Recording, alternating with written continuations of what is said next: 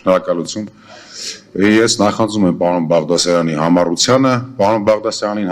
մեկ վայրկյան, պարոն Բաղդասարյան։ Պարզապես Ես չեմ հրավիրել դեռ խոսափողի մոտ, եկեք կարգը պահպանենք, պարոն Բաղդասարյան, նստեք, խնդրեմ։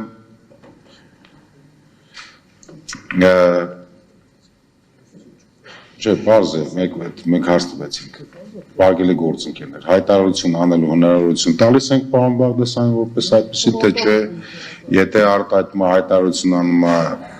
մենք մեր մյուս դիմողներին հայտարարություն անելու հնարավորություն տալիս ենք, թե չենք տալիս հարգելի գործընկերներ, այլով հայտարարություն անելու ցանկություն ունի,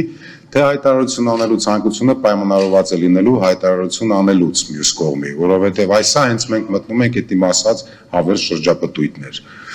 Պարոն Բաղդասարյան, դատարանը ձեզ հնարավորություն է տալիս կարճ, շատ կարճ արտահայտվեք։ Շնորհակալ եմ Բարձրացյան։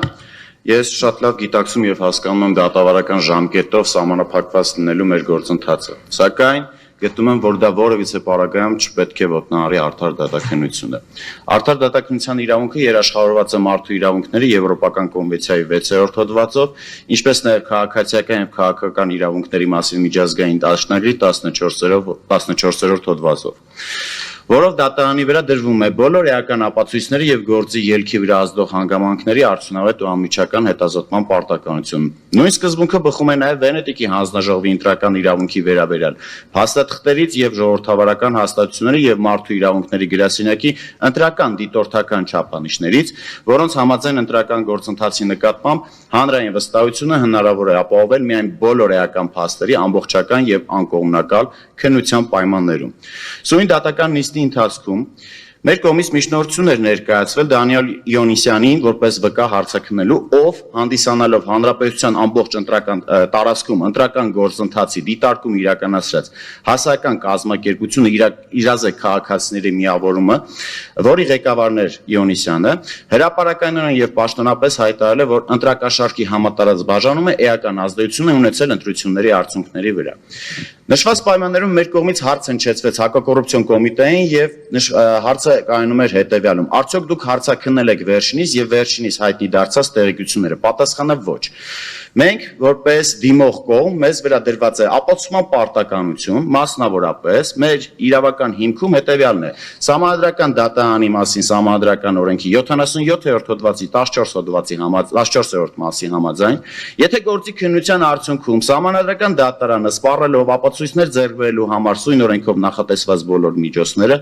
այնուհետև հնարավորություն չի ունեցել պարզելու ընտրությունների իրական արդյունքները, սակայն սահմանադրական դատարանի կողմից որպես հավաստի գնահատված ապացույցներից ակնհայտ է դարձել, որ ընտրախախտումներն ունեցել են կազմակերպված, զանգվածային, կրկնվող եւ պարբերական բնույթ եւ դրանց համադրումը վկայում է դրանց միջև համակարգային այնպիսի փոխկապակցության մասին, որի պայմաններում խախտվում են Սահմանադրության 7-րդ հոդվածում ամրագրված ընտրական իրավունքի սկզբունքները,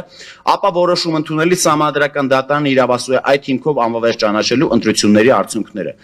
Մենք որպես փաստ մատնանշել ենք ընտրախախտում մասնավորապես ընտրակաշարքների տեսքով, մենք արձանագրել ենք այդ փաստը, արձանագրել ենք, որ կենտրոնական ընտրական հանձնաժողովը ըստ իրենց իրավասություն չուներ, սակայն իրավական հիմքերով արձանագրել ենք, որ լավ էլ իրավասություն ուներ,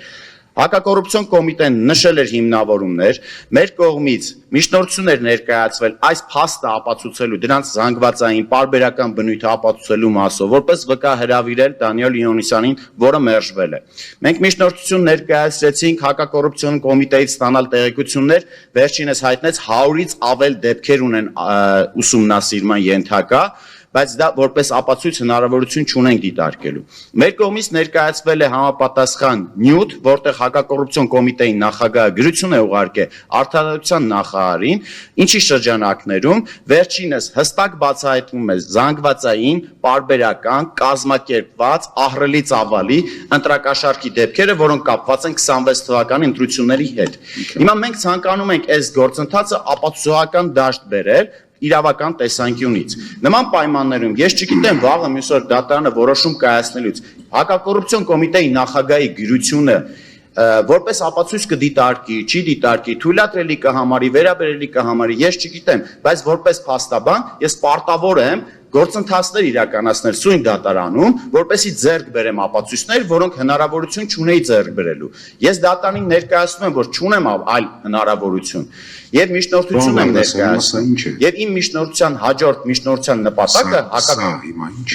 ինչ ելույթ։ Սա հայտարարություն է, որ հնարավորություն չի տալիս դատարանը ինձ ապացույցներ ձեռք բերելու։ Իմ կողմից վկայակոչած փաստերը ապացույցներ ձեռք։ Ձեզով է զրկել ապացույցներ ձեռք բերել։ Իմ միջնորդությունները մերժելով բարձրացան։ Այո, դատարանն է որոշում, որ Այո, դատարանն է որոշում, սակայն ես Պարոն Բաղդասարյան, մեծ զուգահեռ մի խոսեք։ լսում եմ ձեզ։ Այդ դեպքում ճիշտ ձևակերպեք, դատարանը որևէ մեկին այստեղ չի զրկել ապացույցներ ձեռք բերեք այդ ապացույցները։